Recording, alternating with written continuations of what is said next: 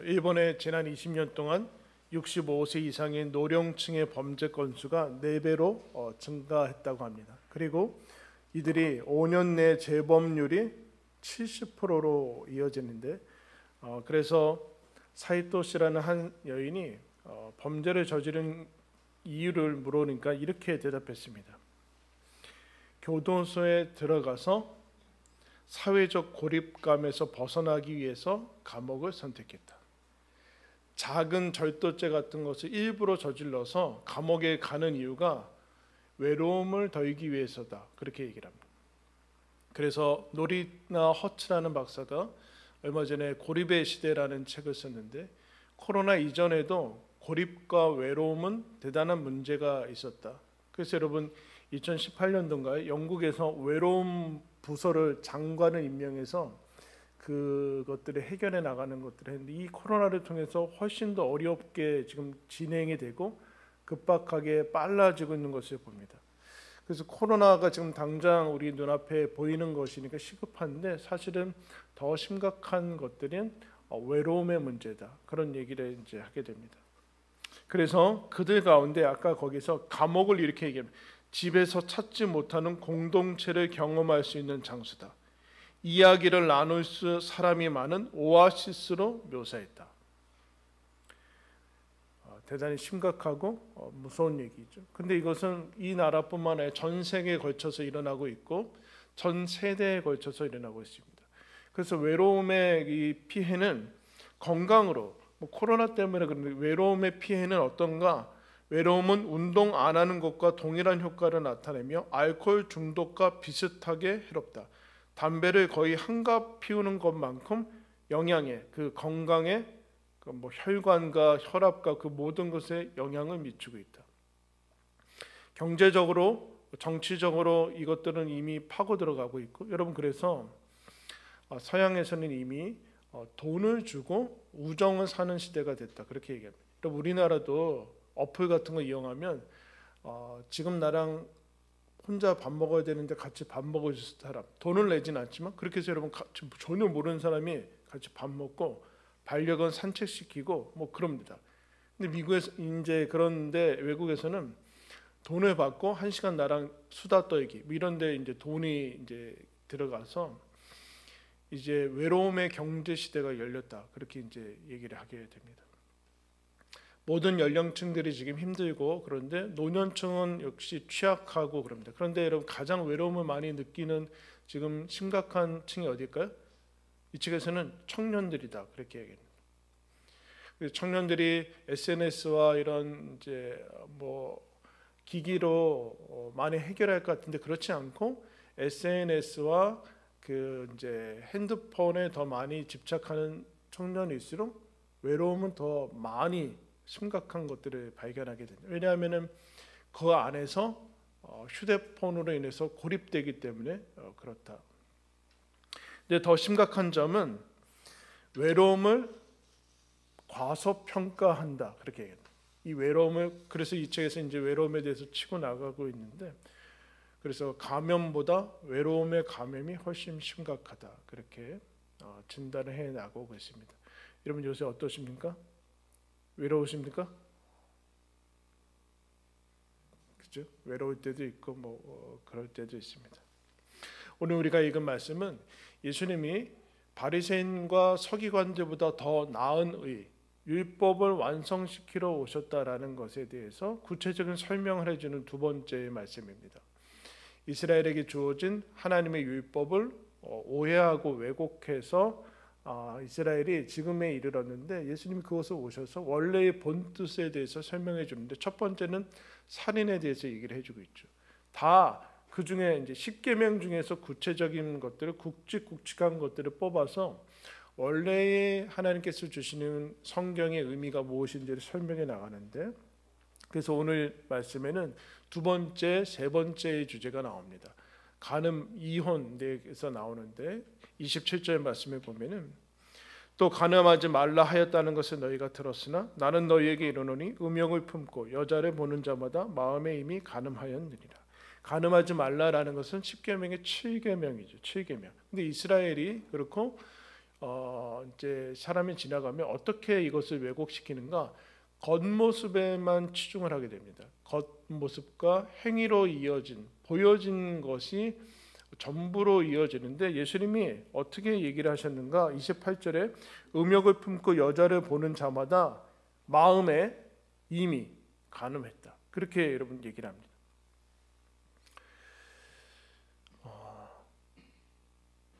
바리새인들과 서기관들은 행위를 하지 않아서 자신들은 정결하다고 우기고 있는데 예수님은 그렇지 않다. 살인과 마찬가지로 이 모든 중대한 범죄의 시작과 출발점은 마음에서부터 시작이 된다. 내면의 문제인 거죠. 여러분, 음욕을 품고 다른 사람을 바라보는 것은 눈에 문제가 있는 것일까요? 시력에 문제가 있는 거예요? 그렇지 않죠. 속이 문제인 거죠. 속이 오염됐다라는 것을 얘기를 하게 됩니다. 그러면 이것은 루터가 이런 얘기했어요. 새가 사람 머리 위에 오는 것은 뭐 어쩔 수 없다. 올 수도 있겠죠. 그런데 와서 그 머리에 새 집을 짓게 놔두는 것은 다른 얘기다. 오는 것은 어쩔 수 없지만 근데 쫓지 않고 새 머리에 집을 짓도록 놔두는 것은 그 사람의 책임이다. 여러분, 음욕을 품고 사람을 보는 거와 사람을 보고 매력을 느끼고 뭐 잠깐 어떤 그 생각이 스쳐 지나가는 것은 우리의 죄악된 본성과 연약함과 여러 가지 것들이 격전돼서 떠오를 수도 있어요. 그런데 이것은 음욕을 품고 사람을 보는 것이란 거기에 이 사람의 의지가 들어가 있는 거예요. 그래서 이 공상을 펼치게 되죠. 구체적인 공상을 펼치는데 그 사람의 의지가 들어가 있고 하나의 습관으로 굳어져 있고 조건만 갖춰지면 언제나 행위로 이어질 수 있는 아주 구체적인 것을 얘기를 합니다. 그냥 스쳐 지나가고 그런 것에 대해서 예수님이 그 얘기를 하는 게 결벽증을 가지라는 얘기가 아니라 이거는 다른 얘기라는 거예요. 다른 얘기.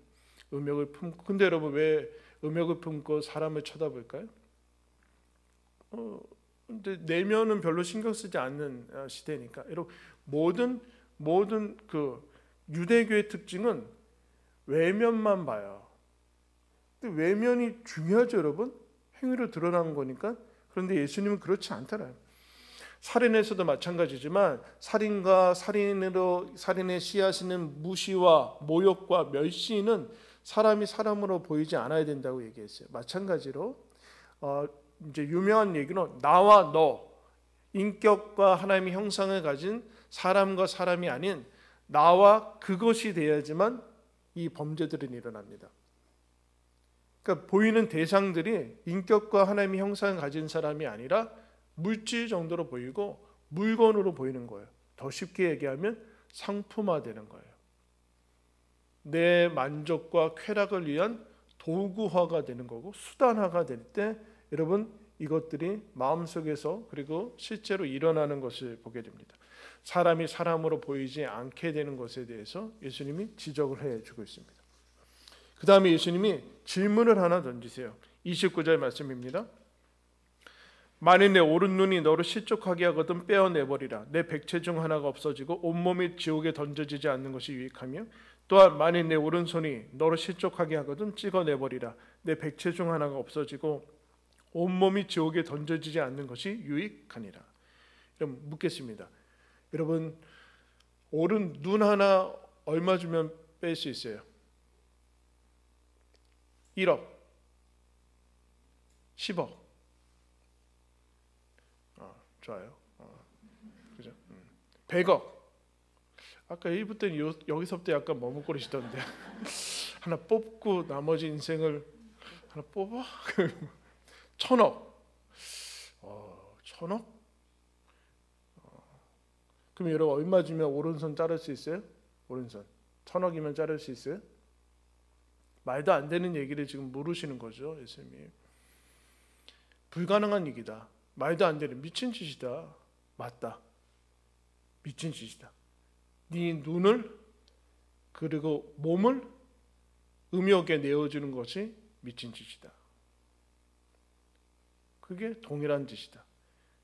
우리는 자기 자신이니까 그렇지만 여러분 자녀의 눈을 이 세상을 다 준다고 해도 빼줄 부모가 어디 있어요? 그죠? 이 세상 다 줘도 빌 게이츠가 여러분 그렇게 부자가 아니더라고요. 세계 4위인데 별로 없어요. 한 600 몇 조 정도 있나?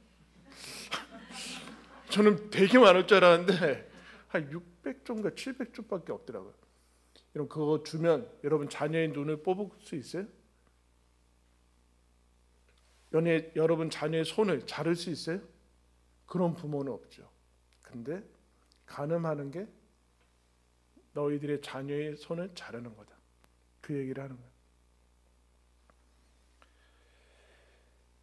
근데 불가능하고 미친 짓인데 유일하게 해야 되는 것이 있어요. 그게 범죄하게, 손이 범죄하게 하면 그거 잘라버려라. 아까워하지 말면 안 된다. 근데 여러분 예수님이 지금 마음에 대해서 얘기했는데 갑자기 행위에 대해서 얘기하는 것일까요? 그렇지 않죠. 여러분 만약에 이것을 실제로 문자적으로 했다면 여러분 지금 눈을 가지고 돌아다니는 사람이 어디 있을까요? 나는 안 그럴 거라는 지금 그 표정을 짓고 있는데 그렇지 않아요? 눈이 뽑혀지지 않은 사람은 없을 거예요. 눈 계속 갖다 붙여도 계속 뽑힐 수 있어요. 손이 남아있는 사람이 어디 있을까요? 여기에 여러분 예외인 사람은 없어요. 그럼 예수님이 이 얘기를 하는 것이 무엇일까요? 분별을 해야 된다. 분별. 손을 잘라내고 눈을 뽑는 정도의 결단을 하지 않으면 너희들 여기에 쉽지 않다. 여기에 오염되지 않을 거라고 낙관하면 안 된다. 이거 그렇게 쉬운 것 아니다. 그러겠죠? 어려운 것이라고 안 할 거냐? 아니다. 해야 된다. 결단해야 된다. 결단. 그래서 욥이라는 사람이 이렇게 얘기해요. 나는 내 눈과 약속하였으니 어찌 여인을 주목하래. 눈하고 약속하는 거예요. 손하고 약속하는 거예요. 마음하고 약속을 하는 거죠. 그런데 이게 어떻게 가능할까라고 얘기를 하면은 이제 예수님이 간음하지 말라라는 이 구약의 7계명에 대한 그 처벌은 어떤가? 레위기 20장에 이렇게 얘기해요. 누구든지 남의 아내와 간음하는 자 곧 그의 이웃의 아내와 간음하는 자는 그 간부와 음부를 반드시 죽일지니라. 이스라엘의 법은 사형이에요. 사형. 놀랍죠 여러분? 사형인데 여러분 예수님은 훨씬 더 나아가요. 뭐라고 하는가? 지옥이라고 얘기하고 있어요. 이 땅에서 육신이 죽는 것 정도가 아니라 너희들 겉모습이 아니라 마음에도 간음함이 역시 이 땅을 넘어서서 사형이다, 지옥이다라고 얘기. 지옥이다. 마음에서 시작해서 지옥으로 끝을 맺는 것이다. 그래서 연결을 잘하네. 연결을 잘해야 된다. 연결 잘해야 된다. 한번 따라했어요. 간음은 지옥과 연결된다. 이렇게 해야 돼. 여러분 근데 세상은 뭐랑 연결해요? 로맨스랑 연결하고 사랑이라고 연결하고 자유라고 연결을 합니다. 이 연결을 끊어야 된다. 간음은 지옥이다. 네 자식의 눈을 뽑아버리는 거다. 그렇게 연결을 해야지 간음과 이것을 판타지를 가지고 이제 세상에 다가오거든요. 세상과 마귀는 여기에 판타지를 입고 예쁜 배우들 나오고 막 그 가운데 막 엄청난 배경들과 그런 것들을 이용해서 판타지가 있고 저기 내가 지금 누리지 못하는 행복이 있는 것처럼 자꾸 속이는데 예수님은 단호합니다. 지옥이다. 네 앞에 죽어서 지옥 간다는 얘기가 아니라 지옥 간다 그런 것도 그것 전에 네 앞에 지옥이 펼쳐질 것이다. 그래서 여러분 성경은 이렇게 연결을 해요. 잠언 6장 20절에 사람이 불을 품에 품고서야 어찌 그의 옷이 타지 아니하겠으며 사람이 숯불을 밟고서야 어찌 그의 발이 되지 아니하겠느냐. 남의 아내와 통관하는 자도 이와 같을 것이라. 그를 만지는 자마다 벌을 면하지 못하리라. 여러분 고기 좋아하세요? 고기 좋아하시잖아요. 고기 굽는 숯불 생각해. 숯불. 그 숯불을 여러분이 손으로 이렇게 끄집은다고 생각. 그리고 여기 속 안에 넣고 그러면 어떻게 될까요? 손이 막 다 녹아 들어가고 뭐 그러겠죠. 그게 간음이다. 그러니 환상적인 로맨스 아니라 벌건 숯불 가지고 손 집어넣고 여기다 집어넣는 거다. 그래서 예수님이 이 연결, 우리에게 공포를 조장하는 게 아니라 이 연결을 제대로 시키는 거예요. 틈 주지 마라. 속지 마라. 세상에 속지 말고 거기에 대한 틈을 주지 마라. 그 얘기를 여러분 하는 거예요. 이런 일이 일어난 다음에 여러분, 이런 일이 일어나면 여러분의 눈에 넣어도 아프지 않은 자식들은 여러분을 저주할 거예요. 엄마 아빠라 부르지 않아요. 평생에 그 사람은 수치를 가지고 살아가. 연결을 제대로 해야 된다. 그러면 왜 하나님께서 이런 얘기를, 예수님이 이런 얘기를 하시는 것, 좀 완화시켜 줄 줄 알았는데 점점 우리 세상은 완화되고 없어지잖아요. 법적으로 규제하지 않아요, 여러분. 이것은. 그런데 왜 예수님은 더 심각하고 단호한 얘기를 하실까라는 얘기는, 갑자기 이제 이 얘기하다가 31절 32절은 31절 말씀 보겠습니다. 또 일렀으되 누구든지 아내를 버리려거든 이혼 증서를 줄 것이라 하였으나 나는 너희에게 이르노니 누구든지 음행한 이유 없이 아내를 버리면 이는 그로 간음하게 하며 또 누구든지 버림받은 여자에게 장가하는 자도 간음함이니라. 갑자기 이혼에 대해서 얘기를 하고 있어요. 여러분, 마태복음 19장에 결혼에 대해서 얘기를 해주세요. 그 여기 나오는 결혼에 대해서 얘기를 하는데 다짜고짜 결혼 얘기도 하지 않고 바로 이혼으로 넘어가고 있어요. 이것도 같은 형식을 가지고 있어요. 너희들은 이렇게 들었으나 나는 너희한테 말하네. 굳이 구별해서 세 번째로 해도 되는데 그렇지 않고 바로 이어서 하고, 이거 다음에는 이제 말에 대해서 나오는데 이런 얘기를 하고 있어요. 만약에 사람이 아내를 버리려거든, 버리려거든 이혼 증서를 주라라는 게 신명기에 나오는 법전인데, 이 당시 성경은 약자와 어린이와 고아와 과부에 대해서 아주 엄청난 그 시작부터 관심을 갖습니다. 여러분, 이건 대단한 겁니다. 왜냐하면 어린이나 사회적 약자들은 그 당시 노예 이런 사람들은 사람으로 취급하지 않았기 때문에 그래요. 근데 성경은 그 사람들 하나님의 형상으로 취급을 받는데 어쨌든 그 사회의 제약이나 그런 것이 있었기 때문에 이 말씀이 선포되는 것 역시 남성 위주의 그 중심적인 그런 사회 속에서 살아나갑니다. 그래서 이스라엘에게 있어서도 이 당시에 남자가 여인과 결혼했는데 이 여인의 마음에 안 들면 그냥 어느 순간 버려도 아무런 하자가 없었어요. 그런 시대였어요. 그래서 심지어 어떤 문헌에는 아내가 찌개를 짜게 했어요.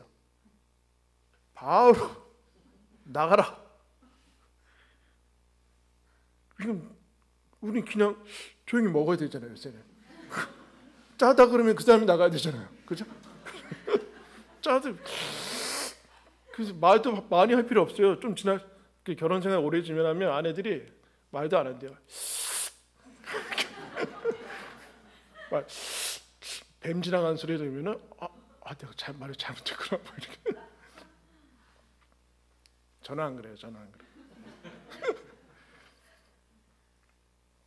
근데 여기서 아내를 버린다라는 거는 버리면 아내는 죽는 거나 마찬가지예요. 살 길이 막막해져요.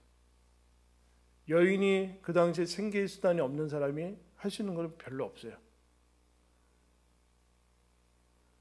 벼랑 끝에 서 내모는 거나 마찬가지인데, 그래서 모세가 이런 거예요. 이 인간의 완악함 때문에 이혼 증서를 준다는 것은 결혼 상태가 아니라는 것을 증명하는 거예요.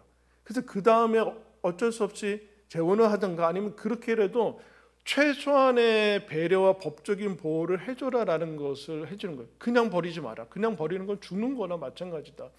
어쨌든 그냥 버리지 않고 이혼해도 그 다음부터 살아가는 거는 거의 엄청난 힘든 삶을 살아가는 건데 최소한이라도 줘라라는 배려 차원에서 줬는데, 이때 이 사람들은 뭘 얘기하는가? 이혼 증서를 줬으니까 나는 뭐 아무런 하자가 없다, 난 잘못한 거 없다라는 식으로 오해했어요. 인간의 완악함에 대한 이 버림받은 여인에 대한 최소한의 배려를 이 버리는 사람들은 자기들이 정당하고 옳다라는, 이혼 증서만 써주면 됐지 이렇게 해버렸어요. 그래서 메시지 성경에는 이것을 이렇게 번역합니다. 성경에 누구든지 아내와 이혼하는 자는 아내에게 이혼 증서와 법적 권리를 주고 합법적으로 하라고 한 말을 기억하느냐. 너희 중에는 이 규정을 자신의 이기심과 변덕스러운 마음을 포장하는 구실로 이용하거나 합법적이라는 이유만으로 옳은 척하는 사람이 너무 많다. 법을 구실 삼아 도덕적 타락을 미화할 수 없다. 분명히 하나님께서 이거는 간음이다. 그런데 하나님 이 사람들은 우리는 법이 모세 율법이니까 합법이다. 합법이 곧 하나님의 뜻은 아니다. 거기에 속지 마라. 합법화라는 거에 대해서 합법은 뭘까요? 세상의 유행이죠. 세상의 여론이 법을 만들어가서 바뀔 거예요. 우리나라도 계속해서 그렇게 갈 거예요. 거기에 속지 말아라. 그러면 간음에 빠진다. 또 여러분, 언제 우리가 자꾸 속습니까? 이 말씀을 읽을 때 자꾸 나는 지옥 이런 거 무슨 나니까 피해 나가는데 피해 나가면 답이 없어요. 그래서 저는 사자성어인 줄 알았는데 이게 사자성어가 아니라 줄임말이더라고요. 여러분, 왜 여기에서 이런 그 상황에서 자주 쓰는 말 뭐예요? 내로남불이라고. 이게 사자성어인 줄 알았거든요. 예전에. 근데 아니더라고요. 근데 예수님이 32절에 이렇게 얘기합니다. 31절에 누구든지 아내를 버리면, 32절에 누구든지 음행한 이유 없으면, 누구든지 버림받으면 예외는 없다. 예외는 없다. 너도 그러면 간음이다. 너는 로맨스라고 착각하지 마라. 합법과 합리화에 빠지면 여러분 이것에 쉽게 넘어가게 돼요. 빠져나오라. 그러면 여러분 이 얘기는 예수님이 지금 여러분 가정을 이제 살다 보면 결혼이라는 것이 하나의 제도가 아닌데, 결혼했는데 그 결혼한 법적 구속 상태에서 폭력과 무슨 중독과 알코올 중독과 폭력과 뭐 여러 가지 상황들이 일어난 다음에 어쩔 수 없이 다음으로 나가는 이혼에 대해서 지금 총망라해서 얘기를 하는 게 아니에요. 지금 예수님이 이 간음 다음에 바로 곧장 결혼이나 그런 얘기 없이 이혼으로 나간 것은 이 얘기를 하는 거예요. 간음은 성이 아니다. 음욕은 성욕이 아니다. 성과 성욕은 하나님이 주셨지만 간음, 음욕은 하나님이 주신 것 아니다. 성과 성욕을 통해서 하나님이 이 땅에 생육하고 번성해서 생명을 채우고 생명을 우리는 다 그렇게 해서 받았다. 그래서 이처럼 귀한 것은 하나님이 어디다 두기를 원하시고 어떻게 디자인을 하셨는가? 가정이라는 울타리와 테두리 안에 넣어두셨다. 결혼 전, 결혼 밖에서 이루어지는 그 모든 성관계는 죄다. 그걸 감당할 수 있는 사람은 없다. 이루어진다라고 다 좋은 일은 아니다. 벌어지고 있다고 해서 너희들도 거기에 들어갈 생각을 하지 말아라.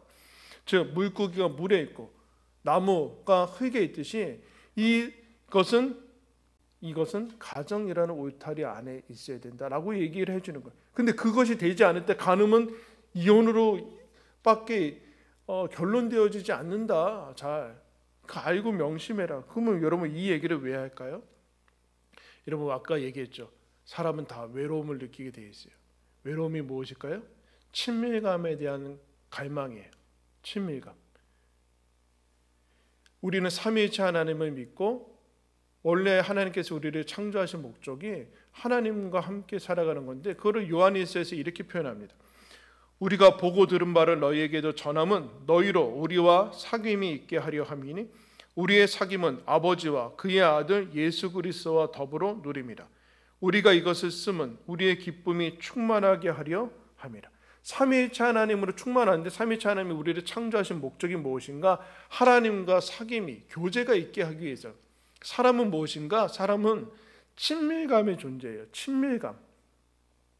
친밀감이 채워지지 않으면 살 수 없다. 범죄해서까지 교도소 가고 싶대요. 공동체가 있대요. 거기에. 이거 채워지지 않으면 살아갈 수 없다라. 그래서 하나님이 우리를 만드셨고 우리를 구원하신, 예수님을 통해서 구원하신 이유가 그 친밀감을 채우기 위해서다. 근데 간음이 뭐냐? 가짜 친밀감이다. 지옥으로 몰고 가는, 절대로 영혼과 마음이 채워질 수 없는 타들어가는 가짜 친밀감이다. 그럼 사랑은 뭐예요? 진짜 친밀감인데 거룩한 친밀감이에요. 거룩은 여러분 범접할 수 없는 그런 것을 얘기하는 게 아니라 친밀감을, 거룩한 친밀감에는 거룩함이 있어야 된다. 이것만이 영혼을, 마음을 만족시켜준다. 히브리서 13장 4절에 그래서 이렇게 얘기해요. 모든 사람의 결혼을 귀히 여기고 침소를 더럽히지 말라. 음행하는 자들과 간음하는 자들은 하나님이 심판하시리라. 하나님이 가정 안에 생명을 두시고 생명 안에서 그 생명의 터전을 지키고 그 안에서 나오는 친밀감을 누리라고 얘기를 하신다. 그거를 초대해 주셨다는. 그러면 여러분, 예수님이 이 얘기를 정죄하려고 하시는 걸까요? 이미 그 일이 겪고 난 그 고통스럽게 삶을 살아가는 사람들을 또다시 과거로 돌아가서 죄책감에 빠지려고 이 말씀을 하시는 겁니까? 그렇지 않습니다. 예수님이 요한복음 8장에 간음하다 현장에 잡힌 그 여인을 돌려치려고 했던 그 수많은 무리들한테 돌려보내고 그 여인한테 이렇게 얘기해요. 나도 너를 정죄하지 않으니 다시는 가서 죄를 범하지 말아라. 이제 새롭게 살아라. 다시 기회를 주지 않습니까? 다시 기회를, 과거에 돌이키지 말고 이제 앞으로 우리에게 주어진 삶을 어떻게 살 것인가, 이건 누릴 수 있다. 그 여인한테도 누릴 수 있다라고 얘기해요. 그러면 어떻게 누릴 것인가? 어떻게 누릴 것인가? 한번 따라하겠습니다. 절단해야 돼요. 눈을 뽑아버리고 손을 잘라버려야 돼요. 어떻게요? 그와 같은 마음을 해야 돼요. 그러니까 자기가 자만하면 안 돼요. 나는 괜찮다라고 예외로 두면 안 돼요. 그러니까 여러분이 쉽게 흔들릴 수 있는 장소, 시간, 매체, 핸드폰, 컴퓨터 안에 있는 것들을 제거해야 돼요. 정리해야 돼요. 근데 온 세상이 다 음란하니까 지나가다가도 여러분 다 볼 수 있어요. 그죠? 그러나 거기에서 눈 머무르지 말고 돌이켜서 나와야 돼. 이것을 먼저 하세요. 나는 연약하다. 내 눈과 귀와 내 마음은 쉽게 유혹에 노출된다. 그 노출되는 차단한 것, 그것들을 차단해야 되는 거예요. 근데 이거는 부정적인 거고 소극적인 거죠. 그 다음에 어떻게 되는가? 여러분, 그 다음에 어떻게 되는가? 가정에서 충만함을 누려야 돼요. 한 몸으로 주신 아내와 남편, 그리고 가정 안에서 거룩한 친밀감을 가져야 돼요. 여러분, 아내가 누구고 남편이 누굽니까? 여러분, 한 사람을 알 수 있어요? 10개 물속은 아는데 근데 한 사람을 알아가는 거예요. 우리는 옆에 있는 사람 다 알 것 같은데 그렇지 않아요. 다 알아가는, 전인격적으로 전인적인 인격적인 그 교류의 장이 여러분 가정 아닙니까? 그래서 데살로니가전서 4장에 이렇게 얘기해요. 각각 거룩함과 존귀함으로 자기의 아내를 대해라. 거룩함과 존귀함으로, 거룩함, 친밀감으로 그 사람을 알아가고 하나가 되어가고, 이 연합의 신비와 충만함을 가정에서 누려라. 가정에서 누려라. 하나님이 주신 가정에서 누려라. 근데 여러분, 그 가정의 그 모든 부분들은, 여러분, 하나님께서 주신 이 생명의 모습들은 부분이에요. 부분. 사람의 목적이 친밀감이니까, 거룩한 친밀감이니까 그 가운데 부분으로 성을 주신 거지, 그게 전체를 차지하지 않아요. 마찬가지로 그 마음과 영혼의 그 목마름과 갈증이 해결되기 위해서는 전인적으로 나가야 될 뿐만 아니라 그 다음에 어떻게 되는가? 한번 따라해주세요. 성도의 교제. 성도의 교제예요. 하나님과 사귐이 있고 거기에서 흘러나오는 하나님이 충만함을 맛보면 다른 것들이 사라지게 돼요. 그렇지 않으면 하나님으로부터 주어지는 근원적인 이 친밀감이 채워지지 않으면 내가 죽든 말든 내 자식들이 어떻게 되건 상관없이 불 속으로 들어가는 거예요. 그러니까 하나님께서 주시는 친밀감을 가져. 그리고 여러분, 아까 얘기했죠? 공동체가 필요하다는. 나 혼자 잘 살 수 있다고 생각하면 안 돼요.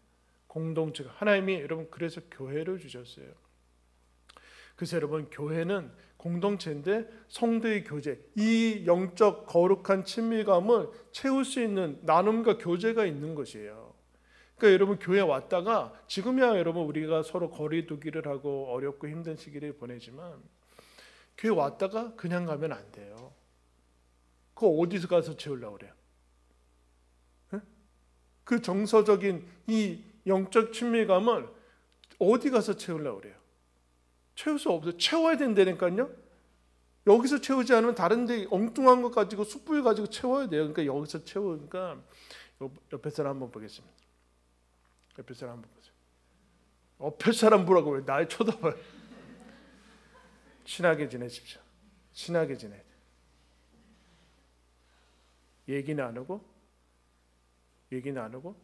전화도 하고 문자도 보내고 기도하고, 그때 여러분 하나님께서 우리에게 주신 이 놀라운 거, 이게 정서적 친밀감, 이 친밀감을 채워지는 것, 여러분 이게 사회에서도 알아차려서 심각하다고 하는데니까요. 수조 천문학적인 비용이 이거 해결하려고 들고 있어요. 하나님이 우리에게 주신 특권이에요. 예수 그리스도를 통해서 우리에게 다시금 허락된 이 놀라운 거룩한 친밀감의 그 신앙이고 여러분 사랑입니다. 이제 이후로 우리에게 주어진 삶을 하나님과 그리고 성도와 우리 가정에서 충만히 누리시기를, 또 지켜나가시기를 예수님의 이름으로 축원합니다. 함께 우리 찬양하겠습니다.